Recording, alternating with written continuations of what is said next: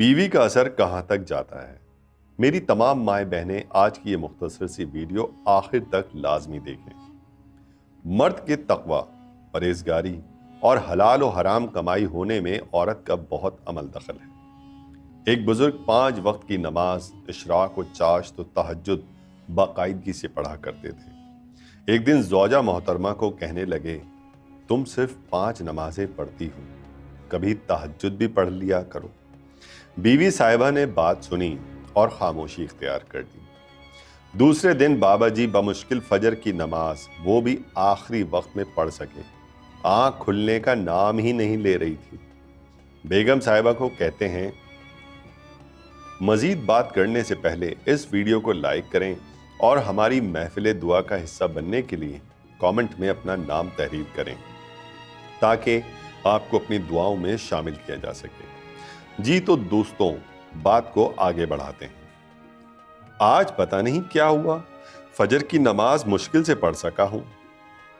بیگم صاحبہ مسکرا کر کہنے لگیں، میرے سرتاج، پہلے میں باوضو کھانا بناتی تھی، جس کی برکت سے آپ کی تہجد میں آسانی سے آنکھ کھل جاتی تھی۔ کل آپ نے مجھے طعنہ دیا تو میں نے رات کا کھانا بے وضو بنایا، جس کی وجہ سے آپ کی تہجد تو گئی، آپ کے لیے فجر کی نماز پڑھنا بھی مشکل ہو گیا۔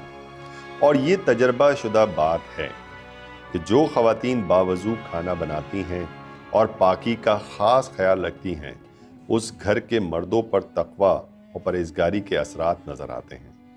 بیوی حسین ہو تو صرف دنیاوی حور ہوگی، اگر متقیہ اور علم والی ہو تو آخرت میں سینکڑوں حوروں کے ملنے کا سبب بن جاتی ہے۔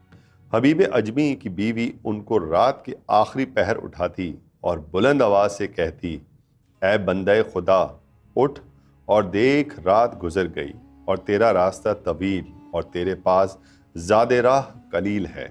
صالحین کے قافلے ہمارے سامنے سے گزر گئے ہیں اور ہم یہاں تنہا رہ گئے ہیں۔ جن نفوس قدسیہ کی ازواج ایسی ہوں تو ان کی زندگی پاک و صاف اور یہیں جنت کا عکس ہوتی ہے۔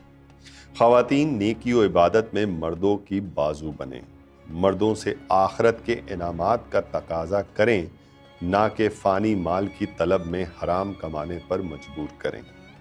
خواتین کی نیکی و بدی کا اثر نسلوں میں جاتا ہے، لہٰذا عارضی آسائش کے لیے نسلوں کا بیڑا غرق مت کریں۔ اکثر دیکھنے کو ملتا ہے کہ عورت بظاہر اپنے مردوں کو یہ نہیں کہتی کہ جاؤ چوری کرو یا ڈاکہ مارو، لیکن وہ ماحول ایسا بنا دیتی ہے کہ انسان مجبور ہو کر غلط کام کی طرف نکل پڑتا ہے۔ میری تمام بہنوں سے اپیل ہے کہ اپنے گھروں میں سکون برقرار رکھنے کے لیے اپنا اہم کردار ادا کریں۔ اللہ پاک سب کو عمل کی توفیق عطا فرمائے، آمین۔ ویڈیو کے بارے میں اپنی رائے ضرور دیں۔ ویڈیو اچھی لگی یا بری، اللہ ہم سب کا حامی و ناصر ہو۔ پھر کسی نئے ویڈیو میں حاضر ہوں گے، تب تک کے لیے اللہ حافظ۔